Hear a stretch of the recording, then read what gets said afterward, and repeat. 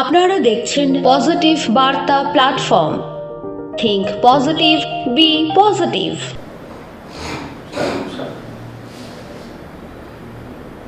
আজ 6ই ডিসেম্বর গুরুত্বপূর্ণ একটি দিন। বিশেষ করে ভারতীয় এই উপমহাদেশে আজকের দিনটাকে ঘিরে বহু বছর আগে একটা বিতর্ক দানা বেঁধেছে। সেই 6ই ডিসেম্বরে আমরা আমাদের প্রতিদিনের প্রতি সপ্তাহে যেটা আমরা করে থাকি, আমাদের সাপ্তাহিক ধারাবাহিক টকশো যেটা চলে, এই আলোচনা সভা সুস্থ ও উন্নত সমাজ গঠনে নাগরিক প্রয়াস, প্রতি সপ্তাহের মতো এবারও আমাদের এই আলোচনায় আজকে যারা অংশগ্রহণ করবেন, এ রাজ্যের 3টি বিভাগে অত্যন্ত গুরুত্বপূর্ণ গুণী মানুষজন আমাদের সঙ্গে অতিথি হিসেবে আজকে আছেন। ওনাদের ব্যক্তিগত মতামত দেবেন কিভাবে একটা সমাজ সুস্থ এবং উন্নত হতে পারে, তার চিন্তা ভাবনা ওনাদের ব্যক্তিগত জীবন থেকে আলোকিত করবেন আলোচনার মাধ্যমে। আমার সঙ্গে উপস্থিত আছেন ডক্টর সুশান্ত ঘোষ, যিনি আমাদের টিএমসি মেডিকেল কলেজের অ্যাসোসিয়েট প্রফেসর এবং একজন অত্যন্ত গুণী ডাক্তার হিসেবে এই অঞ্চলে যথেষ্ট সমাদৃত। উনি আছেন আজকে উপস্থিত। নমস্কার ডাক্তারবাবু। আমার সঙ্গে উপস্থিত আছেন, আমি দিদি বলি, অলকা দত্ত চৌধুরী। উনি এ রাজ্যের তথ্য সংস্কৃতি দপ্তরের একজন দায়িত্বপ্রাপ্ত অবসরপ্রাপ্ত অফিসার এবং একজন সমাজকর্মী হিসেবে, প্রথিতযশা সমাজকর্মী হিসেবে প্রশংসার দাবি রাখে। আমার সঙ্গে আরেকজন রয়েছেন, উনি এ রাজ্যের প্রথিতযশা লোকসঙ্গীতের এক অনন্য ব্যক্তিত্ব, শ্রী নিরঞ্জন চৌধুরী মহোদয়। আপনাদের দুজনকে, নিরঞ্জন অধিকারী মহোদয়, এই দুজনকেই আমরা সম্মান জানাচ্ছি আমাদের এই আহ্বানে আসবার জন্য। পাশাপাশি যারা সরাসরি এই মুহূর্তে টিভিতে আমাদের দেখছেন, পজিটিভ বার্তা সবসময় পজিটিভ চিন্তাকে প্রাধান্য দেয়, পজিটিভ কর্মসূচিকে প্রাধান্য দেয়। আপনারা আপনাদের যে আলোকপাত করেন, বিভিন্ন বিষয়ে আমাদেরকে জানান, কমেন্টসের মাধ্যমে জানান। আপনাদের সকলকে আমরা বলবো যে পজিটিভ বার্তার এই টকশো সুস্থ উন্নত সমাজ গঠনে নাগরিক প্রয়াস কেমন লাগলো, কেমনটি হলে ভালো হয়, আরও কাদের আনা যাবে, এই সমস্ত প্রাসঙ্গিক আলোচনা আপনারা আমাদের তুলে ধরবেন। আপনারা প্রতিনিয়ত আপনাদের কাছে যে আপডেট থাকবে খবরের, সেগুলো আমাদেরকে জানান দেবেন। কারণ আপনারাই আমাদের সবচেয়ে কাছের বন্ধু। যারা আমাদের টিভির পর্দায় দেখছেন, ওপারে যারা রয়েছেন, তাদের সকলকে আমরা পজিটিভ বার্তার পক্ষ থেকে সম্মান জানাই, শুভ সন্ধ্যা জানাই এবং শুভেচ্ছা জানিয়ে আমরা আমাদের টকশো আজকে শুরু করছি। প্রথমেই আমরা আলোচনা করব আমাদের মাননীয় ডাক্তারবাবুর কাছে, ওনার কাছেই যাব। তো প্রথমে ওনার থেকে জেনে নেব, ডাক্তারবাবু, এই সমাজ গড়ার ক্ষেত্রে এখন পর্যন্ত যতগুলি এপিসোড আমরা করেছি বিভিন্ন গুণীজনের মাধ্যমে, তাদের সকলেরই প্রায় কয়েকটি জায়গায় আমরা নির্যাস পেয়ে গেছি। যেমন একটা পরিবার থেকে, বা চ্যারিটি বিগিনস ফ্রম হোম, একটা পরিবার থেকেই একটা মানুষের গঠন তৈরি হয়, ছোটোর থেকে বড় হওয়া সমস্ত কিছু। এবং সেখানে অভিভাবক বলতে মা এবং বাবার একটা বিরাট দায়িত্ব থাকে, সঙ্গে ভাই বোন এবং প্রতিবেশী যারা, তাদেরও থাকে। আজকে আমাদের এই সমাজে কিন্তু একটা বিরাট অংশ, আমি এই আলোচনাটা আপনাদের তুলে দিতে চাইছি, বিরাট অংশ নেশার জায়গাতে চলে যাচ্ছে, ডিপ্রেশনে হোক বা যে কোনো তাগিদেই হোক সামাজিক ব্যাধিতে পরিণত হচ্ছে। এটা একটা বিরাট উষ্মার কারণ হয়ে দাঁড়িয়েছে আমাদের রাজ্যের জন্য। তো আমরা এর থেকে কিভাবে নিরসন পেতে পারি, এটাই একমাত্র আমাদের অসুবিধা, এটা নয়। সুস্থ সমাজ গড়ার জন্য যা যা করণীয়, যেমন আমার মাথায় যেগুলি আছে যে আমরা মোবাইল এত বেশি ইউজ করে এখনকার জেনারেশন, এবং আমরাও করি। সবচেয়ে আশ্চর্য লাগে, একটা 1.5 বছরের বাচ্চা সে কাঁদছে বা সে ঘুমাচ্ছে না, তার হাতে একটা মোবাইল দিয়ে দেওয়া হচ্ছে, সে মোবাইলটা নিয়ে খেলতে খেলতে কখন ঘুমিয়ে পড়ছে, কিন্তু সে মোবাইলটা ইউজ করছে। এর যে খারাপ দিকগুলি আমরা যতটুকু জানি, বিজ্ঞান বলছে যে ছোটবেলা থেকে অতিরিক্ত মাত্রায় এগুলি করলে টিস্যু পিছু আঙুলের নষ্ট হয়। এই সমস্ত জিনিসগুলি নিয়ে কি করণীয় আমাদের, এই জায়গাগুলি একটু আলোচনা করুন, আর কিভাবে আমরা সত্যিকারের আলোর দিশা পেতে পারি। নমস্কার শ্রোতা বন্ধুরা, শুভ সন্ধ্যা। আমরা আমাদের সমাজে যা প্রতিনিয়ত দেখতে পাচ্ছি, তার এই যে উনি যেগুলো প্রশ্ন করলেন, আমি একটু পেছন থেকে আরেকটু ভিতরে গিয়ে ব্যাপারটা বলতে পারি। আমি চাইছি এই উত্তরটা আমি 3টে ভাগে দেব। প্রথমত, আমি একজন বাবা হিসাবে দেব, আমি একজন শিক্ষক হিসাবে দেব, এবং আমি একজন ডাক্তার হিসেবে দেব। আমি এই 3টে দিক নিয়ে আমি বর্তমান ত্রিপুরার সামাজিক অবক্ষয়ের ব্যাপারটা আমি তুলে ধরব এবং চেষ্টা করব কিভাবে এর থেকে পরিত্রাণ পাওয়া যায়। প্রথমে চলে আসি, উনি একটা কথা বলছেন যে পরিবার, আমাদের চ্যারিটি বিগিনস অ্যাট হোম, এটা ছোটোবেলা থেকে পড়ে এসেছি।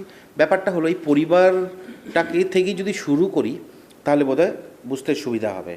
দেখুন, আমরা প্রত্যেকে চাই আমাদের সন্তানটা না একদম খুব ভালো, মানে খুব সাকসেসফুল হবে। আমার বাচ্চাটা একদম আইআইটিতে টপ করবে, এইমসে টপ করবে, একদম টপার, টপারেরও উপরে যাবে। মানুষ হিসেবে হতে গেলে একদম বিবেকানন্দ হবে। অ্যাজ এ প্রফেশনাল হবে এই ইলন মাস্কের মতন, বা ধরুন সুন্দর পিচাই গুগলের সিইও, ওরও মতন হবে। আমরা সবসময় চাইছি একদম মানুষ বলতে তো একদম বিবেকানন্দের রূপ আসবে। তো এই যে প্রতিটি ক্ষেত্রে কিন্তু আমাদের এক্সপেকটেশনটা অমন হচ্ছে। এখানে আরেকটা কথা মনে রাখা দরকার, এই যে এক্সপেক্ট করছি আমাদের বাচ্চার প্রতি, আমরা কিন্তু চাইছি আমাদের বাচ্চাটা একটা ডিজাইনার বাচ্চা হোক, মানে ঠিক যেমনটা চাইছি তেমনটা হোক। আপনি চিন্তা করে দেখুন, আপনি কি তেমনটা ছিলেন কখনো? আপনি কি একদম পড়াশোনায় একেবারে মানে কান্ট্রি টপার? আপনি কি একদম আপনার প্রফেশনাল ফিল্ডে একদম শিখরে পৌঁছে গেছেন? আপনি কি একদম খুব মানে মানে কি বলবো, ভালো মানুষের একদম শৃঙ্গে চলে গেছেন? হয়তো নিশ্চয়ই না। এটা কেন হয়? আমাদের জীবনে যেগুলো আনফুলফিলড ডিজায়ার আছে সেগুলো আমরা আমাদের বাচ্চার প্রতি থুপে দিই। এই জায়গাটাতে আসে প্যারেন্টিংয়ের ব্যাপারটা। দেখুন, আমি সবসময় বলি parenting is a tough job. Basically 4 ধরনের প্যারেন্টিং হয়, এই অথরিটিয়ান, অথরিটেটিভ, কমিউনিকেটিভ, দেন ইনডিফারেন্ট। তো ব্যাপারটা হচ্ছে এই যে বাচ্চা প্রতিপালনের ক্ষেত্রে আমাদের সবসময় কিছু কিছু নীতি নিয়ম মেনে চলতে হবে। এই হেলিকপ্টার প্যারেন্টিং করলে হবে না। হেলিকপ্টার প্যারেন্টিং মানে হলো এই যে হেলিকপ্টারের উপরে যখন বন বন বন বন করে পাখা ঘুরতে থাকে, তার অর্থ হলো আমরা বাচ্চাকে প্রতিমত আই এটা করবি না, আই ওটা কর, ওভাবে কথা বলো, এভাবেই করো।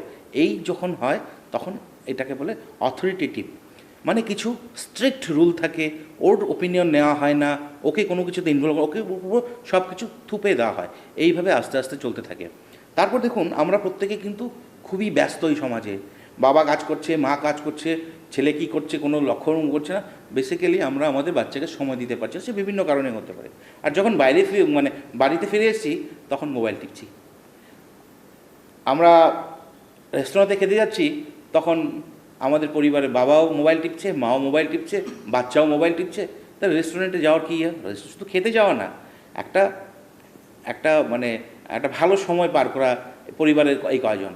আমরা হয় মানে পরিবারের একে অপরের সাথে কানেক্টেড নই।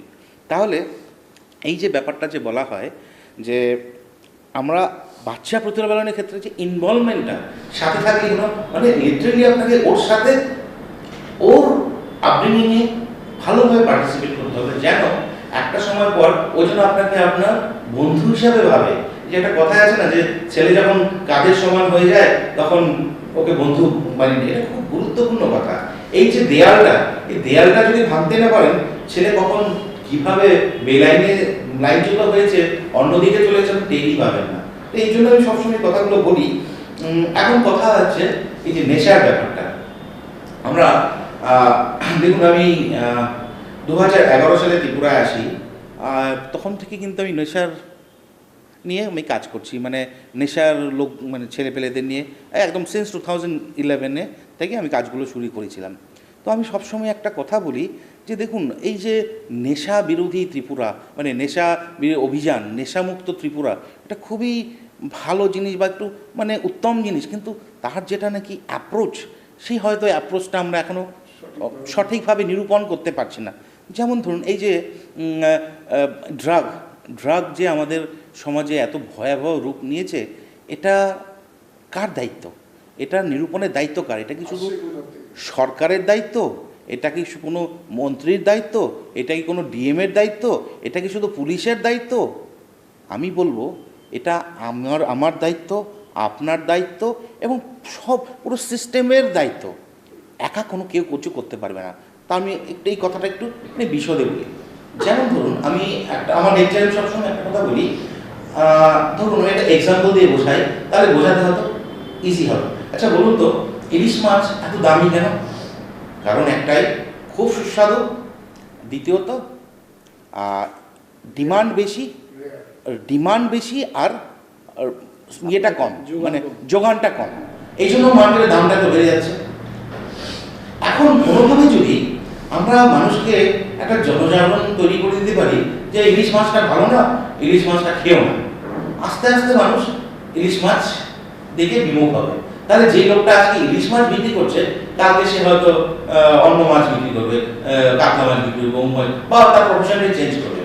এই যে কনসেপ্টটা, এই কনসেপ্টটা থেকে একটুখানি ধার করে একটা মানে একটা মডেল যেমন ধরুন, যে আজকে ড্রাগ বিক্রি করছে, যে ড্রাগ প্যাডলার, ড্রাগের যে ইয়েটা, ছেলেপেলে ড্রাগ কেন নিচ্ছে, আমি এই প্রসঙ্গে আসবো। কেন এত মানুষ জানে যে ড্রাগটা এত খারাপ, তাও মানুষ কেন ড্রাগ ইউজ করছে, সেই প্রসঙ্গে আসবো।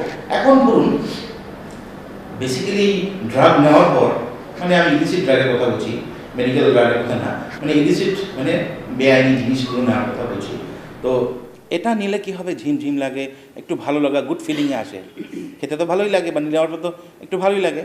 আর এটার মধ্যে যেটা মানে মানে টাকার ব্যাপারটা আছে, এটা অতি মাত্রায় মানে লাভ মারাত্মক। তাহলে মানুষ দেখছে, আরে এখানে কষ্ট না করলে তো আমি না করি, তুমি আরামসে ভালো টাকা ইনকাম করছি। তাহলে সে আস্তে আস্তে, যে আজকে ড্রাগ নেওয়া শুরু করেছে, কালকে সে ড্রাগ বিক্রেতা হয়ে গেল। তাহলে আমি যদি তার মধ্যে যদি এটা ঢুকিয়ে দিতে পারি, লোকের মধ্যে ঢুকিয়ে দিতে পারি যে না, ড্রাগটা খারাপ জিনিস, ড্রাগটা নিলে এই হবে, ওই হবে, সেই হবে, মানুষের মধ্যে একটা জনজাগরণ তৈরি করে দিতে পারি। তাহলে এই জনজাগরণ যদি তৈরি করতে পারি, সত্যি সত্যি যে আজকে ড্রাগ পেডলার, সে হয়তো কালকে অন্য ব্যবসায় যাবে। তাহলে একটা সময় আসবে যখন ড্রাগ বিক্রেতা থাকবে না, যখন বিক্রেতা থাকবে না, অটোমেটিক একটা হলিস্টিক অ্যাপ্রোচ। তাহলে এখন কথা হলো, এই যে কনসেপ্টটা বললাম যে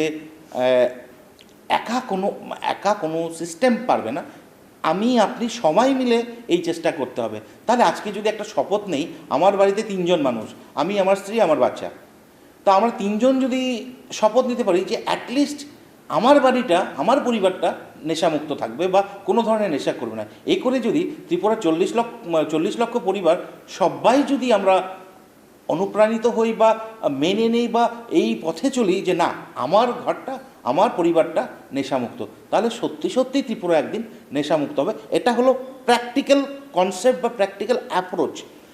এখন কথা হলো, মানুষ জানে কেন ড্রাগ নিচ্ছে, জানা সত্ত্বেও কেন ড্রাগ নিচ্ছে। প্রথম কথা, এই ছেলেরা, স্কুলের ছেলেরা ধরুন মফস্বল থেকে এলো, আগরতলায় এসছে, স্কুল কলেজে ভর্তি হয়েছে, কেউ হোস্টেলে থাকছে, কেউ বাড়ি ভাড়া নিয়ে থাকছে, ওখানে দেখতে পাচ্ছে যে এই জিনিসটা কি, একটা মনে অনুসন্ধিৎস, জানতে ইচ্ছা করে। এই ব্যাপারটা কি, এই জানতে ইচ্ছা, এই যে হ্যাঁ, না জানাকে জানার যে ইচ্ছা, এই অনুসন্ধিৎস মন, এ থেকে কিন্তু শুরু হয়ে গেল। আর এই যে ব্রাউন সুগার বলুন, হিরোইন বলুন, ইয়াবা বলুন, এগুলোর মানে অ্যাডিকটিভ পোটেনশিয়াল এত বেশি, একবার দুবার তিনবার হলেই বাস, তারপরেই তারপর যখন ও আস্তে আস্তে ও ডিপেন্ডেন্ট হয়ে যায়। দেখুন প্রথমে যখন একটা ডোজ নিত, দুটো ডোজ নিত, তখন বাহ শর্ট নিত, এটাকে মানে এই ভাষায় শর্ট নেওয়া বলে, তো খুব ঝিমঝিম লাগবে শরীরটা, একটা যেন একটা অন্যরকম দুনিয়ায় চলে গেছে, একটু ভালো লাগা অনুভূতি আসবে। এই ভালো লাগাটা বারবার নিতে চাইবে। এই বারবার যখন নিতে চাইবে একটা সময় আসবে যেই মাত্র নেওয়া বন্ধ করে দেবে, রাত্রে ঘুম আসবে না, গা হাত পা ব্যথা করবে, নাক দিয়ে জল পড়বে, চোখ দিয়ে জল পড়বে, শীত কাটা দেবে, পাতলা পটি হবে। এই যে এগুলো হলো উইথড্রল সিমটমস। তো প্রথমে দেখুন বুঝুন যে প্রথমে একটু আনন্দের জন্য একটু মানে মানে সাময়িক আনন্দের জন্য নেওয়া শুরু করেছিল, আস্তে আস্তে এমন হলো যদি না নেয় তাহলে কি হবে, উইথড্রল সিমটমস হবে। তাহলে উইথড্রল সিমটমসগুলোকে কাটানোর জন্য সে এটা কন্টিনিউ করে যাচ্ছে। সে কিন্তু জানে যে এটা করে আমার ক্ষতি হবে, কিন্তু না নিয়ে পারছে না। এই উইথড্রল সিমটম দেখুন। আরেকটা কথা বলা হয় টলারেন্স মানে হলো প্রথমে তো সে একটা শট নিত বা দুটো শট নিত, এখন ডিমান্ডটা বা রিকোয়ারমেন্টটা বেড়ে গেছে। এখন কি হচ্ছে, সে সারাদিনে 8-10টা শট না নিলে হচ্ছে না, এই 8-10টা 2 মাস পর হয়তো 15টা 20টা হয়ে যাচ্ছে। গ্র্যাজুয়ালি এভাবে বেড়ে যাচ্ছে, এই নম্বর মানে ইনটেকটা বেড়ে যাচ্ছে। এটা আমাদের ভাষায় বলে টলারেন্স। তো ডিপেন্ডেন্সি বা নির্ভরশীলতারও এটাও লক্ষণ। তাহলে আমরা কি করতে পারি? তাহলে যদি আমরা এই যে ছেলেরা বা মেয়েরা যখন একটু বড় হয়ে, ধরুন ক্লাস 8, 9, 10 থেকে যদি আমাদের ওদের মধ্যে একটু এই জিনিসটা ঢুকিয়ে দিতে পারি যে না এটা আগুন, এটা হাত দিলে হাত জ্বলে যাবে, এই জিনিসটা যদি বুঝিয়ে দিতে পারি, তাহলে কিন্তু হয়তো অনেকটা ক্ষেত্রে কিন্তু আমরা সফলতা পাবো। এখানে একটা কবিতার লাইন মনে করছে, কতটুকু মনে করতে মানে পুরোটা বলতে পারবো সেটা আমি জানি না। ব্যাপারটা বলে যে হিন্দির লাইনটা এমন ছিল, बस एक गलत कदम राह शौक से मंजिल ढूंढते रही जिंदगी भर।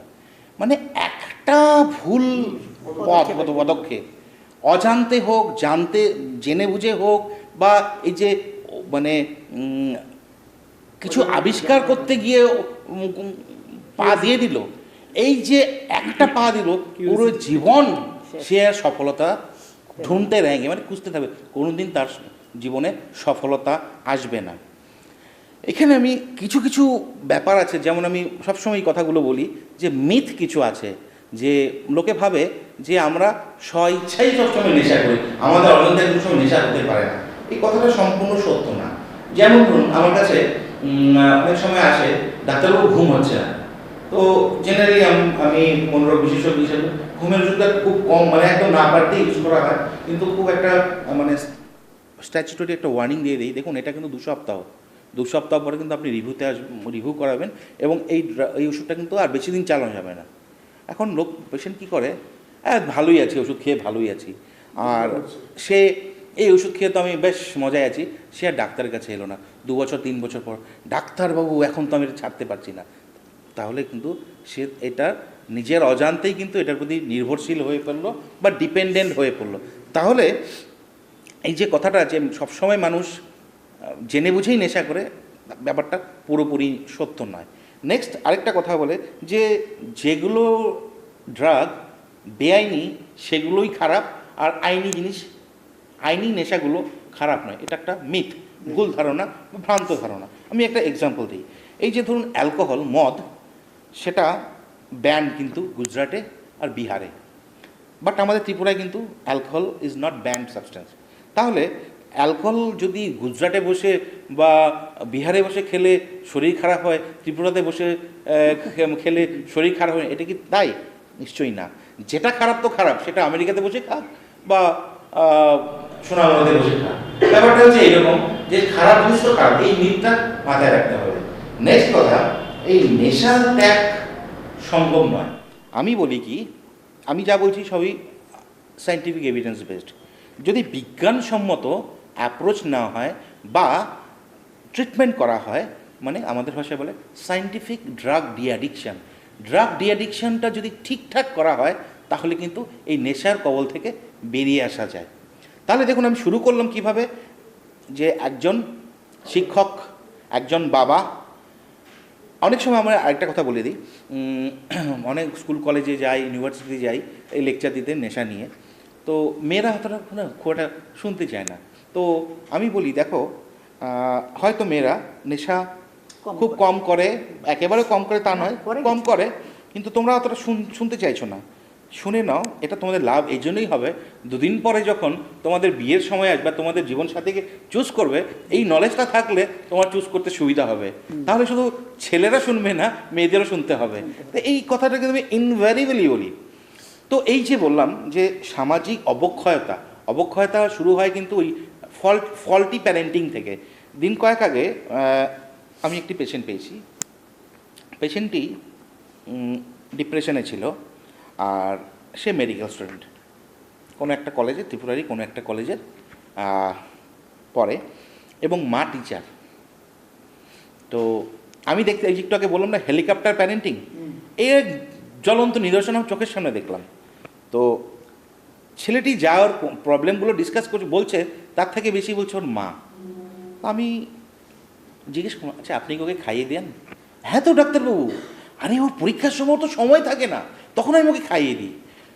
বাহ। নেক্সট বললাম আমি, আপনি কি ওকে কোনো বাজারে পাঠিয়েছেন? কখন যাবে, কিভাবে বাজারে যাবে, ও তো সময়ই নেই, ও তো ডাক্তারই পড়ে। ভালো কথা।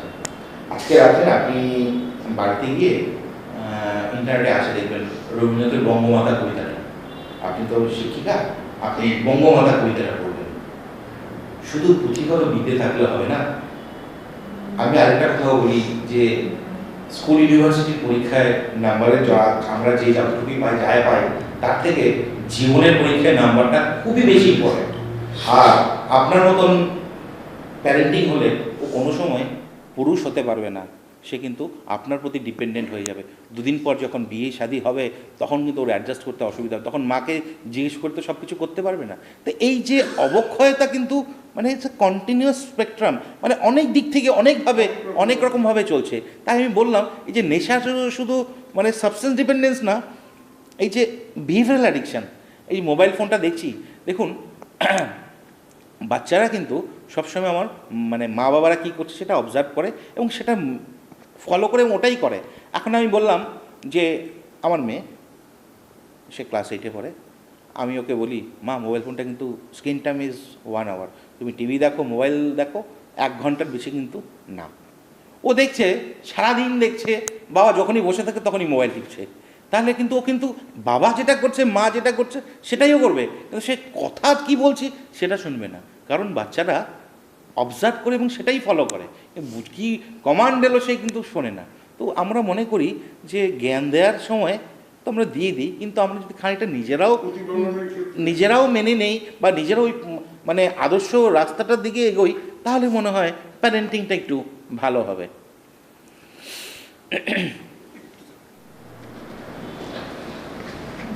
এই আপনারা দর্শক বন্ধুরা আলোচনা শুনছেন, কেমন লাগছে?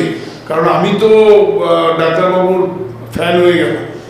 এত সুন্দরভাবে উনি পিতা রূপে, একজন শিক্ষক রূপে, একজন ডাক্তার রূপে, 3টে বিভাগ দিয়ে উনি কিন্তু বোঝানোর চেষ্টা করেছে যে সুস্থ সমাজ পেতে গেলে কি করতে হবে।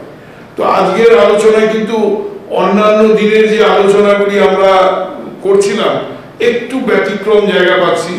আমারও ধারণা জীবন চলার ক্ষেত্রে যেটা বলছিলেন যে শুধু পুঁথিগত বিদ্যা নয়, যে তার পারিপার্শ্বিক চারিত্রিক জীবনের যে শিক্ষা, সেই শিক্ষায় ধাবিত হয়ে আমরা দেখেছি যে যত মানে এভরি ইন্ডিভিজুয়াল হ্যাভ ইন্ডিভিজুয়ালিটি, এরকম বেশ কিছু জায়গায় এর গুরুত্ব আলাদা আলাদাভাবে আমরা নিতে পারবো। আমরা প্রথমেই বলেছিলাম যে আমাদের এই ইচ্ছেটা, এই প্রতিবেদনটা যে আমরা করে করছি কন্টিনিউ, সপ্তাহে ব্যাপী, প্রতি সপ্তাহে একদিন করছি, সুস্থ উন্নত সমাজ গঠনের নাগরিক প্রয়াস, এটা শুধু 5 জন 10 জন 20 জন নাগরিকের আলোচনার মাধ্যমে উপনীত হওয়া যাবে না। সমাজের বিভিন্ন স্তরে যারা দিকপাল রয়েছেন, যারা একদম বাস্তবের সঙ্গে কাজ করছেন এবং অত্যন্ত বলা যায় যে যারা আর্থিকভাবে হয়তো অনেকটা গুরুত্বহীন জায়গায় রয়েছে, তাদেরও আলোচনার মানদণ্ডে নিয়ে আসতে হবে, তবে গিয়ে হয়তো এর নির্যাসটাকে আমরা নিতে পারবো। কারণ কাল্টিভেশনের যে জায়গাটা, একটা জিনিসকে নিয়ে যখন কাল্টিভেশন হয় তার সামগ্রিক রূপ যখন পেতে হবে তখন কিন্তু সমস্ত সাইডটা চারটা যদি অ্যাঙ্গেল হয়, চারটা অ্যাঙ্গেলকেই কিন্তু বিশ্লেষণ করতে হবে এবং তার থেকে মূল যে সুবিধা অসুবিধা, কি করণীয়, কোনটা বাদ দেওয়া দরকার, সেই জায়গাগুলি আমরা উপনীত করতে পারবো এবং সেটাই আমরা প্রশাসনিক লেভেলে আমরা দেওয়ার চেষ্টা করব, পালন করবার জন্য, এবং আমরাও বিভিন্ন কর্মসূচি আলাদাভাবে তার জন্য নেব। তো ডাক্তারবাবুকে অসংখ্য ধন্যবাদ। আপনারা সবাই জানেন টিভি প্রোগ্রাম যেখানে ব্যবসায়িক একটা দিক থাকবেই, কারণ আমাদের এই দীর্ঘ আলোচনা 1 ঘন্টার আলোচনা, এই আলোচনার যারা করাচ্ছেন, যেই ধরনের শিল্পগোষ্ঠীরা করাচ্ছেন তাদের জন্য কিছু কথা বলতে হয়। তাই একটা সাময়িক ব্রেক নিচ্ছি, বিজ্ঞাপন বিরতি, তারপর আবার আসছি আপনাদের সঙ্গে কথা বলার জন্য। আমার আরও দুজন অত্যন্ত মূল্যবান বক্তা রয়েছেন এখানে আজকের গেস্ট হিসাবে, তাদের সঙ্গে কথা বলবো। আর ডাক্তারবাবুর আলোচনা আপ্লুত, এতটুকু আমার দিক দিয়ে আমি বলতে পারি। আপনারা বলবেন, আপনাদের প্রতিদিন আমাদের যে অ্যাড্রেস রয়েছে সেখানে ফেসবুকে, ইউটিউবে কমেন্টস করুন, জানান কি চাইছে, কোনটা ভালো লাগলো, এবং সমস্ত কিছু যদি কোনো জায়গায় আমাদের ত্রুটি থাকে আমাদের তো সেই জায়গাগুলি ধরিয়ে দিন, কারণ আমরা শুধরে সেই ভালো কাজগুলি করতে চাইছি সমাজকে সঠিক জায়গায় রাখার জন্য। আমরা বিরতি দিলাম, ঠিক 1 মিনিট পর আবার আসছি। নমস্কার। পজিটিভ বার্তার উদ্যোগে আমাদের এক নতুন অভিনব উদ্যোগ শান্তিনিকেতন ই-হাট। সৃজনশীলতা, সংস্কৃতি এবং ডিজিটাল প্রযুক্তির এক দৃঢ় মেলবন্ধন। এখন থেকে লাইভ সম্প্রচার সরাসরি শুধুমাত্র আপনারা দেখতে পাবেন আমাদের পজিটিভ বার্তা প্ল্যাটফর্মে, সোম থেকে রবি বিকেল 3টে থেকে 5টা পর্যন্ত। বিশদ জানতে আজই যোগাযোগ করুন আমাদের স্ক্রিনে দেওয়া এই নাম্বারে 9732615531। নমস্কার দর্শক বন্ধু, আবার ফিরে এলাম বিরতির পর। আপনারা দেখছেন সুস্থ ও উন্নত সমাজ গঠনে নাগরিক প্রয়াস ধারাবাহিক। প্রতি শনিবার সপ্তাহে একটা দিন আমরা এই 1 ঘন্টার এই অনুষ্ঠানটা করি, যেটা আপনারা দেখছেন এবং আপনাদের অসংখ্য অসংখ্য ধন্যবাদ জানাই। আপনারা আমাদের বরাবর সাপোর্ট করেছেন, আপনাদের এই সাপোর্টের জন্যই আমরা আমাদের এটাকে সমান্তরালভাবে আমরা নিয়ে যাচ্ছি। প্রতি সপ্তাহে বিভিন্ন গুণীজনকে নিয়ে আলোচনা আনছি এবং আমাদের অন্যান্য যে পজিটিভ বার্তার অনুষ্ঠান সেগুলিকেও আপনারা যথেষ্ট সমাদৃত করছেন। আপনাদের সকলকে অসংখ্য ধন্যবাদ জানাই। আমরা আমাদের যে অতিথিবৃন্দ রয়েছেন অন্য অতিথিদের কাছে যাব, তার আগে ডাক্তারবাবুর প্রসঙ্গে আবারও বলতে হয় যে ডাক্তারবাবু আজকে আমাদের অতিথি, উনি doctor Shantanu Ghosh, TMC Agartala TMC medical কলেজের অ্যাসোসিয়েট প্রফেসর, একজন ডাক্তার হিসেবে একজন অত্যন্ত গুণী ডাক্তার। এলাকায় যথেষ্ট তার খ্যাতি রয়েছে। শুধু তাই না, সামাজিক ব্যক্তিত্ব হিসেবে তিনি বহু মানুষের এই ধরনের আঙ্গিক আলোচনার সঙ্গে যখনই তাকে ডাকা হয়, যতটুকুই ব্যস্ততার মধ্যেও উনি আমাদের সময় দেন। এবার আমরা ফিরে আসবো আমাদের আলোচনার আরেকজনের কাছে। আমরা যাব আজকের অতিথি শ্রীমতী অলকা দত্ত চৌধুরী মহোদয়া, যিনি আমাদের তথ্য সংস্কৃতি দপ্তর ত্রিপুরা গভর্নমেন্টের একজন কর্মী। উনি রিটায়ার্ড এমপ্লয়ি এবং একজন সামাজিক ব্যক্তিত্ব, বিশেষ করে মহিলা সংগঠনের একজন অত্যন্ত গুরুত্বপূর্ণ জায়গায় উনি দেখছেন আমাদের বিভিন্ন সাংগঠনিক জায়গাগুলি। ওনার সঙ্গে আলোচনায় আসবো। আমার সঙ্গে আছেন আরেক প্রান্তে অন্যতম ব্যক্তিত্ব, এ রাজ্যের প্রথিতযশা লোকসঙ্গীত শিল্পী, সবাই চেনেন, মুখটা সবারই চেনা হবে, নিরঞ্জন অধিকারী। ওনার কাছেও আসবো। তার আগে আমি ম্যাডামের কাছে যাব।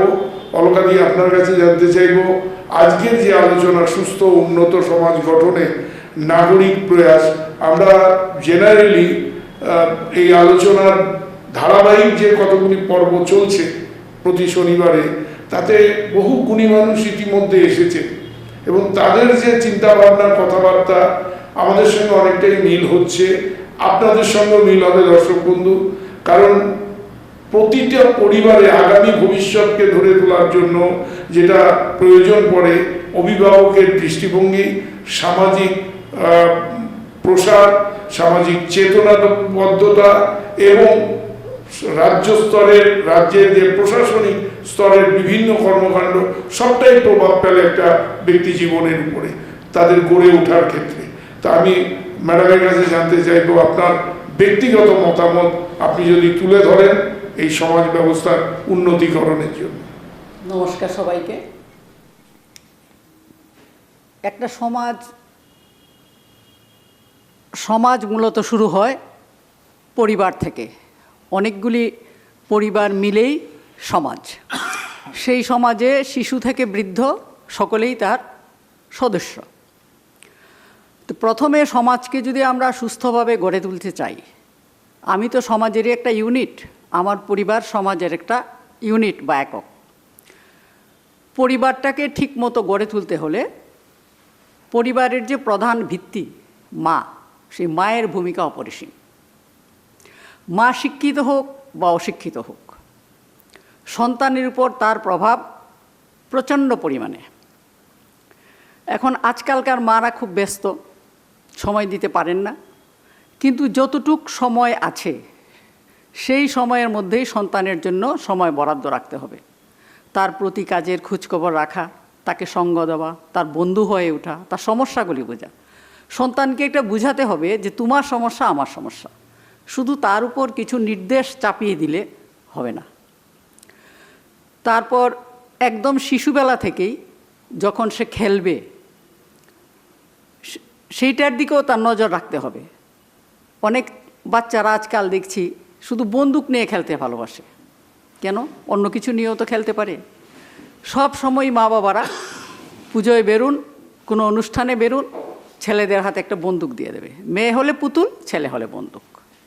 এই ধারণাটা বদলাতে হবে। শুধু আগ্নেয়াস্ত্র শিক্ষা দেওয়াটা ঠিক না। সবাই সব কাজ করবে, ছেলে আর মেয়েতে কোনো বৈষম্য রাখা চলবে না। এবং পরিবারের যে মা, তিনি তার পরিবারের যে অন্যান্য সদস্যরা আছেন, ভাই থাকতে পারে, দিদি থাকতে পারে, ছোটো বোন থাকতে পারে, বা ভাই থাকতে পারে, বাবা থাকতে পারে, তাদের প্রতি যে শ্রদ্ধাশীল হওয়া, সেটাও কিন্তু মার থেকেই পায়। এবং অনেক পরিবার দেখেছি মার বাবার মধ্যে সদ্ভাব থাকে না।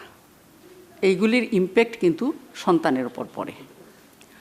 যেখানে যে সংসারে একটা জিনিস দেখছি, যে সংসারে মায়েদের মর্যাদা বেশি, মায়েদের মর্যাদার দিকে নজর রাখা হয়, সেই সংসার কিন্তু সুখী সংসার হয়, তাদের ছেলে মেয়েরও ভালো হয়। এখন একটু বড় হলেই আমরা দেখছি যে আমাদের ভারতবর্ষের অর্থনৈতিক কর্মকাণ্ডেই হোক, সামাজিক কর্মকাণ্ডেই হোক, আমরা তো আর সেই স্তরে এখনও যেতে পারিনি। এখনও আমরা উন্নত দেশ হইনি, আমরা উন্নয়নশীল দেশ। আমাদের ছেলেদের চাকরি বাকরির অসুবিধা আছে, সমস্ত কিছুর অসুবিধা আছে। এই যে ডাক্তারবাবু কিছুক্ষণ আগে বললেন যে আমাদের যে অতৃপ্ত বাসনাগুলি, যেগুলি আমরা জীবনে পূরণ করতে পারিনি, সেইগুলি এখন আমরা আমাদের ছেলে মেয়েদের দিয়ে পূরণ করতে চাই। এটা কিন্তু ঠিক না। অত্যধিক বোঝা, সাংঘাতিক, আজকাল পড়াশোনার অত্যধিক বোঝা। আমি শুনেছি যে ইউরোপিয়ান কান্ট্রিগুলিতে 9 বছর বয়স পর্যন্ত কোনো চাপই নেই স্কুলের, এবং তাদের শুধু পড়ানো হয়, লেখার উপরও জোর দেওয়া হয় না। তাইলে আমাদের এখানে কি হয়, 2.5 বছর হতো না হতেই ব্যাগ একটা ঝুলিয়ে দেওয়া হয়। তার মেরুদণ্ডের চেয়ে তার বইয়ের ব্যাগের ওজন বেশি, সে তো এমনিতেই ভারে নুব্জ হয়ে যায়, সে সোজা হয়ে দাঁড়াবে কখন? এই দিকগুলির প্রতি আমাদের যারা সমাজ পরিচালনা করেন, দেশ পরিচালনা করেন, তাদের যেমন নজর দিতে হবে, তেমনি আমাদের অভিভাবকদেরও নজর দিতে হবে। তা একটু কৈশোর বয়স হলো, যদি ছেলে খেলাধুলা করতে চায়, বইয়ের চাপ এত বেশি যে খেলাধুলার সময় নেই। কিন্তু একটা শিশু বা একটা ছেলে মেয়ের সুস্থ বিকাশের জন্য খেলাধুলায় তাকে আগ্রহী করতে হবে, শিল্পের দিক দিয়ে গান বাজনা আর্ট এইগুলির দিক দিয়ে তাকে মনোযোগী করতে হবে, সামাজিক কর্মকাণ্ড ক্লাবের একটা অনুষ্ঠান হোক, কোনো ধর্মীয় উৎসব হোক, এখানে তাকে অংশগ্রহণ করা, দশের সঙ্গে মিলেমিশে সামাজিক কাজগুলো করা। পাড়ার একটা পরিবার হয়তো বদলি হয়ে যাচ্ছে বা বাসা পাল্টাচ্ছে, ঘরে উপযুক্ত ছেলে আছে, অলস বসে থাকে না, তাকে ওদের যে ফার্নিচারগুলো বাঁধা ছাদা হবে সেইগুলিতে হেল্প করা। আমি দেখেছি অনেকে এরকম করে, ঘরের ছেলেকে পাঠিয়ে দে যে যাও ওনাদের তো হেল্প লাগবে, তুমি গিয়ে করে এসো। আমি এরকম ফ্যামিলিও দেখেছি। তো এই যে দিকগুলো, পাড়া প্রতিবেশীর সঙ্গে মিলেমিশে থাকা, তাদেরকে সাহায্য করা উপযুক্ত সময়ে, এইগুলো যদি যারা করে তারা কিন্তু মাদকাসক্ত কম হয়। মাদকাসক্ত হয় একাকিত্ব হলো বেশি, এবং জীবনের যে উদ্দেশ্য খুঁজে না পাওয়া। সবাই তো আর ডাক্তার ইঞ্জিনিয়ার হবে না, সমাজে সব কিছুরই দরকার আছে। ফুলের চারা বিক্রেতারও যেমন দরকার আছে, অন্যান্য পরিষেবাগুলিরও দরকার আছে।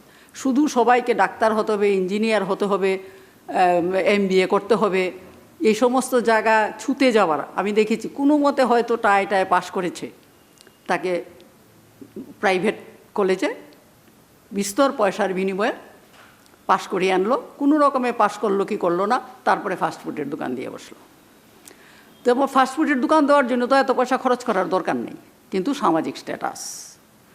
তো এই ধরনের প্রতিযোগিতায় না ঠেলে দিয়ে তার যে যোগ্যতা আছে সেই যোগ্যতায় তার পেশা বেছে নেওয়ার মতো যথেষ্ট সম্ভাবনা আমাদের সমাজে আছে, এবং করে ভালো মতো সংসার চালানো যায়। সেই দিকগুলিও গার্জিয়ানদের একটু নজরে রাখতে হবে। বন্ধুরা কারা, কাদের সঙ্গে মিশছে, হ্যাঁ, কখন বাড়ি আসবে, নির্দিষ্ট টাইম করে দেওয়া। অতিরিক্ত শাসন নয়, ভালোবাসার সঙ্গে তাকে সমাজের যে খারাপ দিকগুলি আছে সেইগুলি সম্পর্কে বুঝাতে হবে। মোবাইল অতিরিক্ত ব্যবহার না করা। মোবাইলে তো আজকাল দেখেন একটা কৈশোর, সে অ্যাডাল্টের অনেক জিনিস পেয়ে যায়, মাথাটা ঘুরে যায়। একটা বয়স সন্ধিক্ষণ, শরীরের একটা পরিবর্তন আসবে, সেই পরিবর্তনে কিছু সেন্সেশন হবে, সেইগুলি যে কিছুই না, সেগুলি যে সামাজিক, এটা কিন্তু বয়স সন্ধিকালের মা বাবারা লজ্জায় বলতে পারেন না, কিন্তু এখন কিন্তু পাঠ্যক্রমে এইগুলি অন্তর্ভুক্ত হয়েছে। এইগুলি যে স্বাভাবিক জিনিস, এই জিনিসগুলি তাদের বুঝিয়ে দিতে হবে। একটা সময় পরে এই সমস্ত জিনিস চলে যায়। কাজে এইগুলি নিয়ে অতিরিক্ত ভাবনা না করা, সৎ গ্রন্থ পাঠ করা। আজকাল তো বইয়ের পাঠ চুকেই গেছে, তবু কিছু কিছু বই হচ্ছে মানুষের সবচেয়ে বড় বন্ধু। কাজে বইগুলি পড়া, এইগুলির দিক দিয়ে মোটামুটিভাবে সমাজের উপর দোষ দেবেন পড়ে। সর্বপ্রথম ঘর থেকে যাত্রা শুরু করতে হবে। সমাজের তো দুষ্ট লোকের অভাব নেই, আর আজকাল আগের দিনের মতো অমুকের ছেলেটা খারাপ পথে যাচ্ছে, গার্জিয়ানকে একটু সতর্ক করে দেখি, এইগুলি এখন নাই। পরের ছেলে আমার কি, কিন্তু সমাজে ভুগতে হলে কিন্তু সবাইকেই ভুগতে হয়। কাজেই পাড়া প্রতিবেশী এবং বিশেষ করে প্রতি পাড়ায় ক্লাব আছে, তারা বিভিন্ন কর্মকাণ্ড আছে। আগরতলা শহরে বড় বড় কিছু ক্লাব আছে, সারা বছর বিভিন্ন অনুষ্ঠান তারা আয়োজন করে থাকে। এরকম দায়িত্বশীল ক্লাব হতে হবে। শুধু দুর্গাপূজার চাঁদা তুললাম, গণেশ পূজা করলাম, আর কালী পূজা করলাম, প্রসাদ বিতরণ করলাম, এইগুলির মধ্যে সীমাবদ্ধ না থাকে। শিশু থেকে আরম্ভ করে বয়স্ক লোক পর্যন্ত সবার জন্য কিছু প্রোগ্রাম সেট আপ করা, এইগুলি উদযাপন করা, এইগুলির মাধ্যমে সমাজের যে মেলামেশা হয় সেইগুলিও মানুষের মনের উপর প্রভাব বিস্তার করে। মোট কথা, পরিবারের যিনি অভিভাবক থাকবেন, বাবা এবং মা, তাদের মুখ্য ভূমিকা নিতে হবে। তাদের শুধু ফ্যাশনের পেছনে আর আধুনিকতার পেছনে দৌড়ালে চলবে না, মূল্যটা তো তাদেরই চুকাতে হবে না। কাজে আমার মতে পরিবারের যে লোকেরা তারা, এবং বিশেষ করে মা, খুব গুরুদায়িত্ব পালন করতে হবে। যদি নিজের সন্তানটাকে ভালো করেন, আমরা প্রত্যেকটা ইউনিট যদি এইভাবে আমরা চিন্তা করি, তাহলেই সমাজ ভালো হবে। আর যে ড্রাগের ব্যাপারটা আসছে, আমার একটা প্রশ্ন থাকে, এত ড্রাগের উৎস কোথায়? উৎস তো একটা নিশ্চয়ই আছে। সেই জায়গাটাতে সরকারকে আঘাত করতে হবে। সেই জায়গায় আঘাত না করে শুধু যারা নেশা করছে বা নেশা বিক্রি করছে তাদের পেছনে তো দৌড়াতে হবেই। এবং এই ব্যাপারে আমরা একটা জিনিস লক্ষ্য করছি, আরক্ষা দপ্তরের ভূমিকা সর্বাধিক, কিন্তু যেটুকু সার্ভিস দেওয়ার কথা, নিন্দুকেরা বলে যে সেই সার্ভিসটা আমরা আরক্ষা দপ্তর দিতে পারছে না বা দিচ্ছে না। সেই জন্য আমরা দেখি চোখের সামনেই দেখি অনেক ড্রাগ ব্যবসায়ী আছে, তাদেরকেও ধরে চুতে পারে না। এই জিনিসটার মধ্যে আঘাত হানতে হবে এবং প্রশাসনকে আরও তৎপর হতে হবে। এবং তার যে উৎস, নেশাগুলির যে উৎস তো একটা জায়গায় তো তৈরি হয়, একটা কারখানায় তো তৈরি হয়, তাহলে সেই কারখানাটাকে সরকার দেখছে না কেন? সেটা দেখা উচিত, দেখে সেটা বন্ধ করা উচিত। সব জিনিস তো আর মানুষের ভালোর জন্য না। তো যেইগুলি সমাজের কোনো কাজে লাগে না, হেরোইন কোনো কাজে লাগে না, তো সেটা কেন উৎপাদিত হবে? ইয়াবা কোনো কাজে লাগে না, সেটা কেন উৎপাদিত হবে, উৎপাদন কেন হবে? সেগুলিকে সোর্সেই বন্ধ করে দিতে হবে, উৎসেই বন্ধ করে দিতে হবে। সেজন্য পরিবার, পরিজন, পাড়া, অভিভাবক, সরকার, আরক্ষা দপ্তর সবাইকে উপযুক্ত ভূমিকা নিলেই একমাত্র সুস্থ সমাজ গঠন হবে। এটাই আমার দৃঢ় অভিমত। নমস্কার। অসংখ্য ধন্যবাদ ম্যাডামকে। আপনার আলোচনার যে পেরিফেরি সেই জায়গাতে বলছি, আমার একটা কথা মনে পড়ছে যে এই আলোচনার ক্ষেত্রে, সেটা হচ্ছে নিজে আচারিয়া ধর্ম অন্যরে শিক্ষা দাও। কারণ হচ্ছে আমরা যারা নাকি বিভিন্নভাবে বিভিন্ন সংস্থার মাধ্যমে হয়তো বা কিছু কিছু কাজ সমাজ জীবনে করতে চাই, তাদের নিজেদের পরিবারের ক্ষেত্রেও প্রতিটা পরিবারের ক্ষেত্রে যেটা বললেন যে ভূমিকা আজকের সুস্থ উন্নত সমাজ গঠনে প্রথম চ্যারিটি বিগিনস অ্যাট হোম, এই কথাটা আমি বারবার বলছি এই কারণে যে কতগুলি ছোট ছোট পরিবার নিয়ে একটা সমাজ, কতগুলি সমাজকে নিয়ে একটা এলাকার বড় সড়ো জায়গা, তারপরে সেটা রাজ্য বা জেলা বা রাজ্য, এইভাবে করতে করতে দেশ, মানুষের জায়গাটা। ধরুন একটা পরিবারের 5 জন আছে, খুব রেয়ার, দেখা যায় না এখন, আগে দেখা যেত, এখন দেখা যায় না, এখন একদম নিউক্লিয়ার ফ্যামিলি হয়ে গেছে, তুমি আমি আমাদের সন্তান একজন। তো এই অবস্থায় আমরা এখন চলছি। তাতে আর কিছু না, 3 জনের যখন সংসার হয়ে যাচ্ছে 5 জনের জায়গা, সেখানে তো আরো বেশি একনিষ্ঠ হওয়া উচিত। 3 জনের সমস্ত মর্মার্থ বোঝা উচিত, সহযোগিতা করা উচিত, এবং 3 জনকে সবচেয়ে ভালো বোঝার কথা, যেখান থেকে তাদের আচরণিক রূপ মা বাবার থেকে সন্তান পাবে, এবং সন্তান কি বলতে চাইছে, কি করতে চাইছে, সেটাও মা বাবা উপলব্ধি দিয়ে নেবে। কারণ সন্তান একটা, আগে 6 জন 7 জন সন্তান ছিল, তারপরে পালা বদলালো মানে আমরা পরিবর্তনশীল সমাজে যখন নিজেদেরকে উত্তীর্ণ করলাম যে একটি ছেলে একটি মেয়ে, কিংবা বড়দের 2টি ছেলে একটি মেয়ে, বা 2টি মেয়ে একটি ছেলে, টোটাল 5 জনের সংসার, তখন একটা জিনিস ছিল শেয়ার ইন্টারেস্ট। 3 ভাই বোন থাকলে শেয়ারিং ছিল, কারণ প্রতি পরিবারে একজন মেয়ে সন্তান থাকুক, এটা হলে একজন নারী অসম্মানিত হওয়ার জায়গায় ওই ভাই সে কিন্তু যথেষ্ট সংবেদনশীল জায়গায় থাকবে, কারণ তারও বোন আছে। তো এই যে জায়গাটা ছিল, এটা এখন হারিয়ে গেছে। এখন তুমি আমি আমাদের সন্তান, একদম মানালের গানের মতো অবস্থা হয়ে গেছে।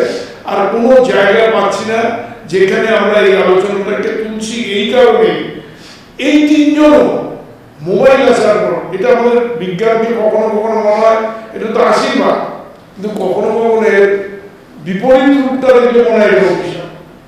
কারণ হচ্ছে আমি নিজে একজন অভিভাবক, আমার স্ত্রী একজন অভিভাবিকা, আমার সন্তান একজন সন্তান, আমরা সবার হাতে একটা স্মার্টফোন আছে। স্মার্টফোনটা টু মেক স্মার্ট ইন্ডিভিজুয়াল, নিজেকে সেই জায়গায় ত্বরান্বিত করার জন্য স্মার্টফোনের যে ডিজিটাল সুবিধাগুলি আছে বা তার থেকে যে জানা যায়, গুগল বলুন, অমুক বলুন, এআই বলুন, তার থেকে অনেক ভালো জিনিস জানা যায়, খারাপ জিনিসগুলিও আছে। এবার যেটা ম্যাডাম বলছিলেন যে একটা বয়স সময়কাল যখন, মানে বিশেষ করে টিনেজে যখন পাড়া দিচ্ছে 13 থেকে 19, এই যে বয়সটা 13 to 19, এই এজটা যখন সন্তানরা আসছে, ছেলেরা বা মেয়েরা বড় হচ্ছে, তাদের হাতে মোবাইল রয়েছে, সারা বিশ্ব তাদের হাতের মুঠো, তারা ন্যায় অন্যায় সবটাই দিচ্ছে, কোনটাকে বেছে নেবে। আরেকটা ঘটনা হচ্ছে, এটা কিউরিসিটি যেটা বলি, সেটা হচ্ছে অজানাকে জানা। এটা স্বাভাবিকভাবে একটা কিউরিয়াস মেন্টালিটি হিউম্যান বিংসের মধ্যেই থাকে। আমরা উৎসুক হই, আর বানরের মধ্যেও খানিকটা আছে, কিন্তু মনুষ্যের মধ্যে সবচেয়ে বেশি পরিমাণ আছে। তো সেই হিসেবে আমরা কিন্তু খারাপটা, যেমন গালি, কোনো জায়গায় নতুন ভাষা শেখার আগে দেখবেন গালিটা শিখছে, আর আমরা যখন প্রথম বলা শুনি তখন কিন্তু মা উচ্চারণটা করছি, সেটা ভালো। মাতৃগর্ভে জন্মগ্রহণ করেছি, মা বলছি। আমার বলার কারণটা হচ্ছে আমি যাকে দিতে যাচ্ছি এই মুহূর্তে যিনি বলবেন তিনি এই রাজ্যের একজন প্রথিতযশা শিল্পী, সাংস্কৃতিক জগতের ব্যক্তিত্ব, তার চেতনার মানদণ্ডের জায়গাগুলি ওই জায়গাতে স্পষ্ট করবে বলে আশা রাখি। আমরা জানি এই যে যেটা বলছিলেন যে আমরা বন্দুক কিনে দিই, ম্যাডাম বলছিলেন, খুব ভালো কথা বলেছে। 100-তে 80 জন বন্দুক কিনে দেন বাচ্চাকে, যদি ছেলে হয়, আর মেয়ে হলে পুতুল কিনে দেন বা স্বাধীন জিনিস কিনে দেন, এই ধরনের জিনিস দেন। 100-তে 1 জনও পাওয়া যাবে না, 0.01% পাওয়া যাবে যারা ছড়ার বই কিনে দিচ্ছে বা অন্য কোনো বই কিনে দিচ্ছে, 0.01%। তো এই জায়গায় আমাদের বইয়ের প্রতি নেশা, অমুক, এগুলো আমরা কিন্তু করতে পারছি না। আমাদের মনে নিজেদেরকেও খানিকটা আমাদের, ওই জন্যই বললাম নিজে আচারিয়া ধর্ম অন্যকে শিক্ষা হবে। আমি কি করি আমার সন্তানের জন্য, সেটা আমাকে উপলব্ধি করতে হবে এবং আমাকেও পরিবর্তন করতে হবে যদি আমার কোনো জায়গায় পরিবর্তনের প্রয়োজন থাকে, অবশ্যই করতে হবে। এবং তখনই মানা হয় যে সেই শাসন, বা আরেকটা কথা আছে অত্যন্ত সুন্দর কথা, শাসন করা তারই সাথে সোহাগ করে দিতে। ভালোবাসার মাধ্যমেই শাসনের মানদণ্ডকে তৈরি করা যায়। শাসন করবেন, স্নেহ করবে, এই যে জায়গাটা, এই দুটো জায়গা একে অপরের সঙ্গে এমন ভাবে মিলেমিশে থাকে যেন কখনো এ ওর ঘাড়ের উপর বসছে, কখনো এর নিচে রাখছে, এরকম একটা চিত্রপট আপনারা তৈরি করে দিতে পারেন। আমার মনে হয় সমাজটা তৈরি করার ক্ষেত্রে সুস্থ সমাজ, আমি একটু আওয়াজ দিয়ে দিচ্ছি আমার বিশিষ্ট সঙ্গীত শিল্পীকে, যে উনার তরফ থেকে গানের সুরের মতো ওনারা যেমন বিভিন্ন লয়ে গান করেন, সমাজটাকে সেই লয়ে বাড়ার চেষ্টা করুন, যেখানে বিভিন্ন কি বলে ভারতীয় সঙ্গীতের যে বিভিন্ন দিকগুলি রয়েছে এবং বাদ্য রয়েছে, তার মাধ্যমে আমরা কিভাবে বাঁধতে পারি সেই ধরনের চেতনা। যেমন বাঁশি একটা অত্যন্ত ইনস্ট্রুমেন্টাল একটা সাপোর্টিং জায়গায়, বাঁশি অনেক কিছু করতে পারে। কীর্তনের আগে, রবীন্দ্রসঙ্গীতের আগে, লোকগীতিদের আগে, বাউল সঙ্গীতের আগে, কোন জায়গায় লাগে না। তা আমি ওনার কাছে আসছি, প্রথিতযশা শিল্পী নিরঞ্জন অধিকারী, আপনি এই বিষয়ে একটা কথা একটু বলছি। আচ্ছা ম্যাডাম, আপনি যখন বলছিলেন না যে মনে হয় যে বিজ্ঞান অনেকটা অভিশাপ, তো বিজ্ঞান কিন্তু আসলে আশীর্বাদ। আগুনের যখন সৃষ্টি হয়েছিল তখন থেকেই সভ্যতার শুরু। আগুনকে ভুলভাবে প্রয়োগ করলে সেটা অভিশাপ হয়। কাজে বিজ্ঞান সবসময় আশীর্বাদ, যদি না তাকে ভুলভাবে প্রয়োগ করা হয়। তো এখন যে জিনিসটা মোবাইল, যে সবচেয়ে ডেঞ্জারাস একটা বিষয় হয়ে দাঁড়িয়েছে, মোবাইলের প্রতি আসক্তি, সেটা সম্পর্কেও মা বাবাকে কিন্তু ওই দিকটা তাকে বুঝিয়ে দিতে হবে। হ্যাঁ, সবটা জিনিসই কিন্তু বুঝানোর ব্যাপার। এই বুঝানোটা যে যত বেশি পরিমাণে তার সন্তানকে করতে পারবে, সে তত বেশি সাফল্য লাভ করবে চরিত্র গঠনের ক্ষেত্রে। ধন্যবাদ। নিরঞ্জন বাবুর কাছে যাব, ওনার থেকে শুনবো আজকে ওনার চেতনায় ওনার ব্যক্তিগত মতামত। নমস্কার, ধন্যবাদ। তো জায়গাটাই হচ্ছে পজিটিভ বার্তা, নামটাই পজিটিভ বার্তা, অর্থাৎ নেগেটিভ পজিটিভ থাকে তো বার্তায় সমাজে, তো নেগেটিভটা অনালোকিত রেখে পজিটিভটাকে আমরা হাইলাইটস করব। তো আমিও ছোট থেকে বড় হয়েছি সমাজেই, তখনকার সময়ের সমাজ আর এখনকার মনে হয় অনেকটাই পরিবর্তিত। আগে আমাদের ছোটোবেলায় পাড়ার যত বড়জন ছিলেন, ভাই বোন আমরা 4 জন ছিলাম, তো পরিবারের দাদারও একটা বিশাল ভূমিকা ছিল, বাবার তো ছিলই। বড় থেকে ছোট সবাই শাসিত এবং শাসন ডিসিপ্লিনলি করা হতো, খুব ভালো দিকটাই বলতেন, ভালো দিকটাই করতেন। তো ভালো কাজের জন্য খুব প্রশংসিতও হতো, পরিবার থেকেও হতো, সমাজ থেকেও হতো। আর পাড়ার যত সিনিয়র ছিলেন, বয়স্ক, আমার বাবার বয়সী বা জেঠুর বয়সী যারা ছিলেন, তাদেরকে আমরা শ্রদ্ধা ভয় দুইটাই ছিল আমাদের, আজকাল যেটা নেই।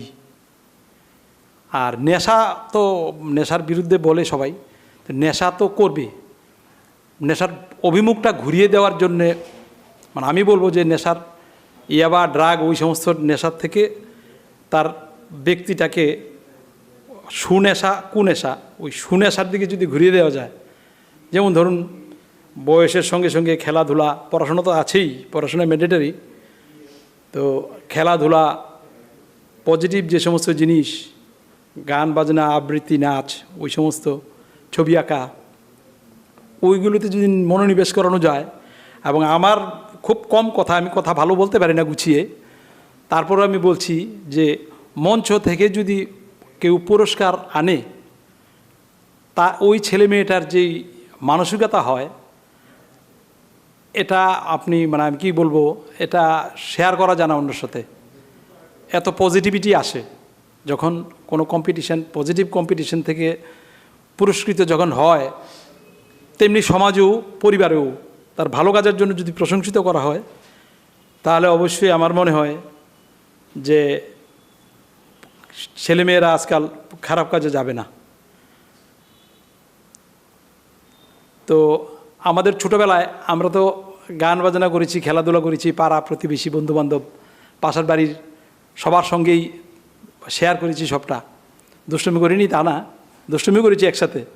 আমার বন্ধুর বাড়ি থেকেও আমি চুরি করে ডাব খেয়েছি, আবার আমার বাড়ি থেকে অনেক জিনিস চুরি করে নিয়ে খেয়েছি। ওইটাতে একটা আনন্দ ছিল, তখন চোর না, তখন এটা কেউ চোর বলে ইয়ে করতো না, মানে সামাজিকতা এরকমই ছিল যে সবার অধিকার ছিল আমাকে ডাক দেওয়ার, বা আমার বাবা অন্য আমাদের পাড়ার ছোটদের, আমার বয়সী বা আমার দাদার বয়সীদের ডাক দিলে পরে, বা ভয়েও সম্মান জানিয়েও আমরা দুষ্কর্মটা মানে করতে পারতাম না। আর আজকাল তো মানে ওইটাই আমি বলবো যে নেশাটা করুক, সুনেশা, কুনেশা থেকে বের করতে হবে। এর জন্যে আমাদের সবারই দায়িত্ব থাকে, যে মা বাবা, বিশেষ করে পরিবারের দায়িত্বটা বেশি থাকে, কারণ পরিবারের সঙ্গে থাকছে, নেশা করবে, ভালো কাজ করবে, এটা পরিবার জানবে না। এটা আমার কাছে একটু অন্যরকম মনে হয়, কারণ আমরা ওইভাবে বড় হয়েছি। আমি কোথায় গিয়েছি এটা মা জানতো। অনেক সময় আমি অবাক হতাম যে মা কী করে জানলো। আমার মনে হতো যে মা অত কোনো দেবতা, হ্যাঁ সত্যি, আমি কোথায় গিয়েছি বলে দিতে পারতো যে তুমি ওইখানে গিয়েছিলে। তো ওই যে আন্তরিকতা, এই জিনিসটা আজকাল আর্টিফিশিয়াল হয়ে যাচ্ছে সব। ছেলে কান্না করছে, দিয়ে দিচ্ছে একটা মোবাইল, বাস। 1.5 বছর, আমার নাতি আছে, নাতিন আছে, 1.5 বছর 2 বছর, কান্নাকাটি করছে, খাওয়া দাওয়া করতে চাইছে না, মোবাইল দিয়ে দিচ্ছে, ওটা দেখে দেখে খাচ্ছে। কি খাচ্ছে সেও বলতে পারছে না, মুখে দিয়ে দিচ্ছে, গিলে নিচে আর দেখছে, ঠিক না? তো এই সমস্ত জিনিসটা একটু খেয়াল রাখতে হবে মা বাবার, কোথায় যায়, কি খায়, ওই আর কি। ওইভাবে যদি আমরা চিন্তা করি, আমাদের যেমন, আমি সঙ্গীত শিল্পী, আমি জানতাম না যে আমি শিল্পী হব বা ওই রকম, মানে আমি এখনও ভাবি না যে আমি শিল্পী বলে আমি দাবিও করি না, আমি একজন ভালো শ্রোতা হিসেবে দাবি করি। তো এটা কিন্তু মা বাবা গান শিখিয়েছে তেমনটি না, এটা আমার ইচ্ছা ছিল। এবং আমার মনে হয়েছে যারা গান বাজনা করে তারা খুব আনন্দে থাকে। হ্যাঁ, সত্যি কথা আমি বলি, আমার কিন্তু পুষ্টির অভাব হয়নি, কারণ আমি বাজাতেও জানতাম, গাইতেও জানতাম।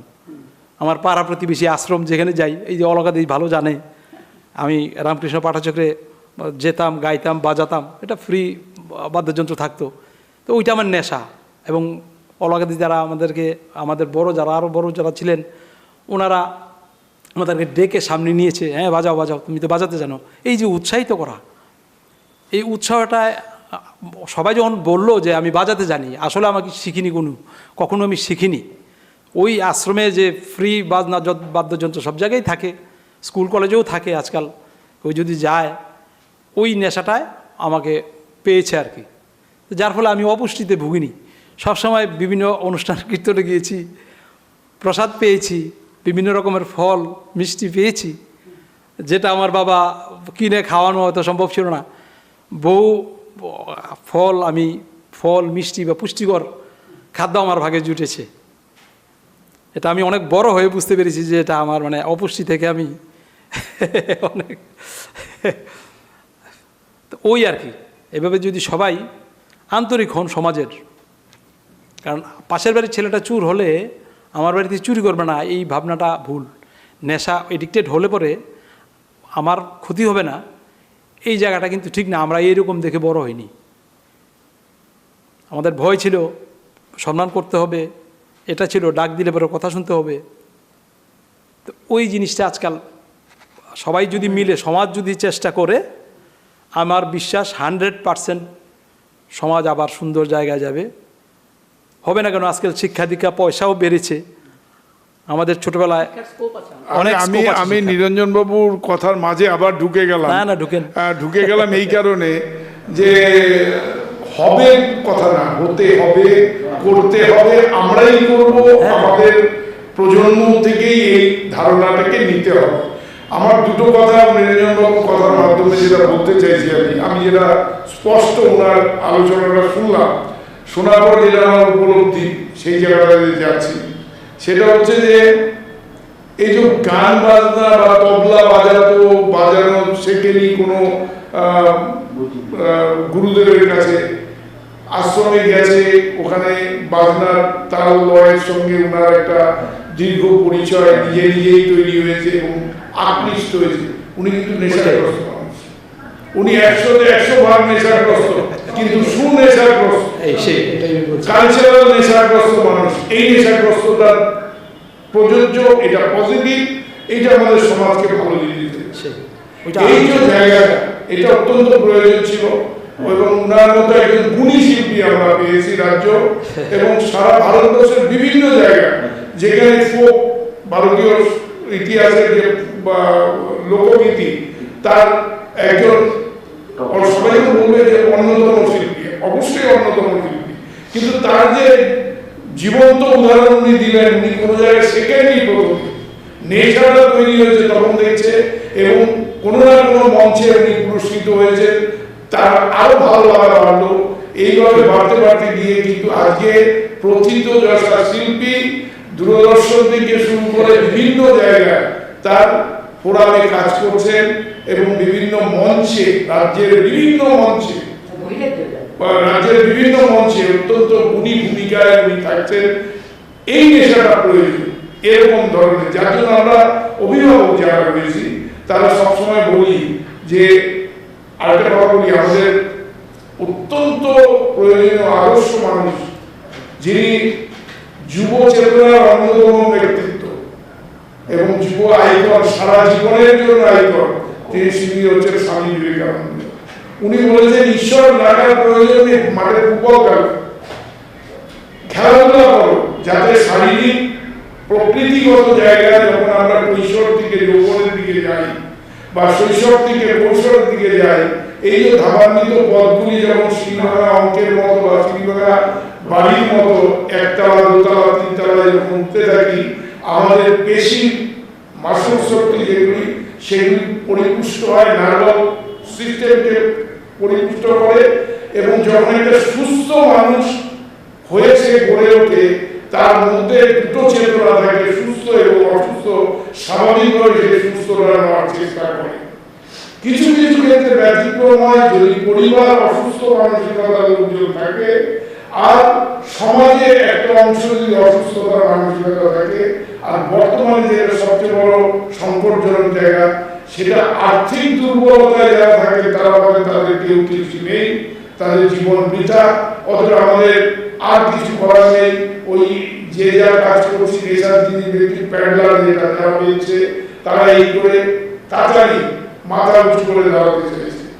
নেশা নিয়ে আর বেশি কথা বলবো না, যে নেশা নিয়ে সামগ্রিক 10 থেকে 12টা জায়গায় সবাইকে সারিবদ্ধভাবে দাঁড়াতে হবে। সেখানে রাজ্য সরকার, দেশের দায়িত্বে যারা রয়েছেন তারা, আমাদের প্রশাসনিক স্তরে যারা দায়িত্ব আছেন তারা, তারপরে যারা অভিভাবক রয়েছেন তারা, সমাজকর্মী যারা, বিভিন্ন ক্লাব, সামাজিক সংস্থার মাথারা বা গুরুত্বপূর্ণ ব্যক্তিত্বরা, পাশাপাশি যেই যুব সম্প্রদায়, ছাত্র ছাত্রী, তাদেরকে নিয়ে শিক্ষক সমাজ সবাইকে নিয়ে একত্রিত একটা গণ আন্দোলন বা জাগরণের মতো তৈরি করতে হবে যদি প্রকৃত অর্থে নেশাকে দূর করতে হয়।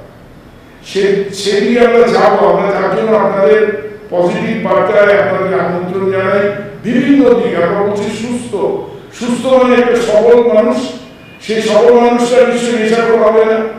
আবার উন্নত মানে সর্বদিক দিয়ে হবে না উন্নত কোনো না কোনো জায়গায় সাবজেক্টের ম্যাটার, সঙ্গীত হতে পারে, খেলাধুলা হতে পারে, পড়াশোনা হতে পারে, ডাক্তার ইঞ্জিনিয়ার হতেই হবে এমন কোনো ব্যাপার নেই।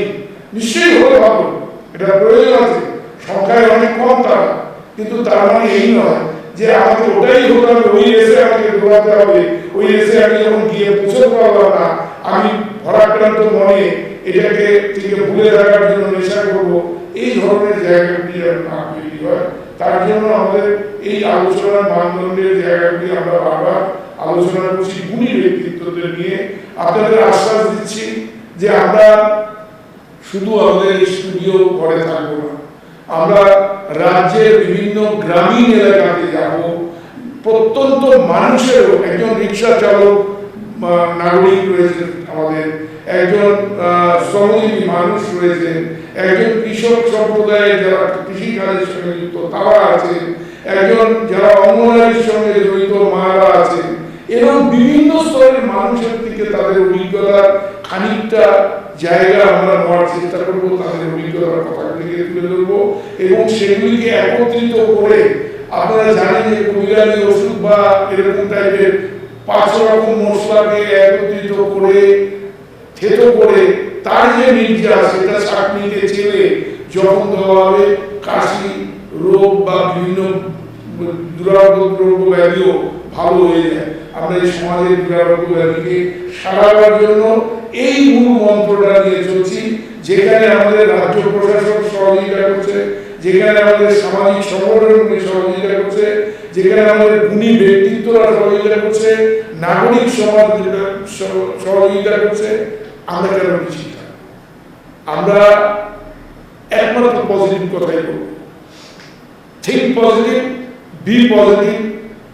প্রতি মুহূর্তে আপনাকে পজিটিভ ধারণা দেবো, পজিটিভ ভাবে চলার নির্দেশ দেবো। আজকের এই আলোচনার মাধ্যমে আমরা যেটা পেয়েছি আপনাদের কেমন লাগলো? দর্শক বন্ধু, আপনারাই কিন্তু আমাদের গড়ে তুলছে। আমরা আপনাদের চেতনায় শিশু, কারণ প্রথম যখন পা দিয়েছি সে বয়স যতই হোক, কিন্তু এই অভিজ্ঞতার নিরিখে হয়তো পুরনো মানুষ, কিন্তু এই সংবাদ চ্যানেল হিসেবে কিন্তু এটা নতুন আমাদের পথ চলা। সেই পথ চলার প্রথম দিন থেকে আপনারা আমাদের সহযোগিতা করছেন। তা আপনাদের বিভিন্ন রকম যে আলাপ আলোচনা আমাদের কমেন্টসের মাধ্যমে আসছে, আমরা আপ্লুত। এটা আপনারা কন্টিনিউ রাখুন আমাদের সঙ্গে। আমরা শুধু এতে থেমে থাকবো না, এর পরবর্তী ধাপ ট্যালেন্ট হান্ট, এরকম বিভিন্ন রকমের জায়গায় আমরা যাবো, যেখানে সমাজ বিকাশ কিভাবে করতে হয় সেই পথটা দর্শন দেবো। পজিটিভ বার্তা, পজিটিভ জিনিসই তুলে ধরবে। সকলকে আমাদের সঙ্গে থাকার জন্য, দেখার জন্য, এবং বারবার বলছি কমেন্টস আমাদের কাছে অত্যন্ত উপযোগী। আমি শেষ করার আগে 1 মিনিট আবার ম্যাডামের কাছে যাব। ওনার একটা বিশেষ আলোচনা রয়েছে, এই আলোচনা করবেন। এটার পরে আমরা আমাদের না, বিশেষ কিছু না, মানে অভিভাবকদের দায়িত্ব কতটা সেটা সম্পর্কে আমরা একটা জায়গায় পাই। 1964-এ যখন কোঠারি কমিশন গঠিত হয়েছিল শিক্ষা সংক্রান্ত বিষয়ে, তাদের যে প্রতিবেদন, সেই প্রতিবেদনের যে ভূমিকা, সেই ভূমিকায় প্রথমেই বলা হয়েছে our children are bad because we are bad. কাজেই ভালো সন্তান তখনই হবে যখন অভিভাবকরা ভালো হবে। এটি আমার বক্তব্য। যে কথাটা আমি বলছিলাম সেটা একটা সুন্দর দৃষ্টিভঙ্গি দিলেন। 1964-এর শিক্ষার যে আমাদের কমিশন, সেই শিক্ষা কমিশনের বার্তা তুলে ধরলেন উনি। কারণ উনি যেই দপ্তরে ছিলেন ওনার কাছে এবং যেই মার্গদশায় উনি চলছেন, সেই দশায় ওনার মনে রেখে এই কথাগুলি বলা আজকের জন্য অত্যন্ত প্রয়োজন। আমরা বিদায় নেওয়ার আগে আরেকবার আপনাদের অত্যন্ত শুভেচ্ছা জানাই। ভালো থাকুন, সুস্থ থাকুন, আপনার পরিবারের সকলকে সুস্থ রাখুন, সমাজে নজর রাখুন, সমাজটা কোনোভাবেই যাতে আপনাকে ছাড়া না হয়, আপনি যাতে সমাজের একজন আংশিক ব্যক্তিত্বের জায়গা থাকেন, আপনার পরিবার যাতে সমাজ জীবনের সঙ্গে ওতপ্রোতভাবে জড়িয়ে থাকে, যেই সমাজ একটা সময় সামগ্রিক অর্থে সুস্থ এবং উন্নত করে তোলার আপনিও কারিগর হবেন। ধন্যবাদ।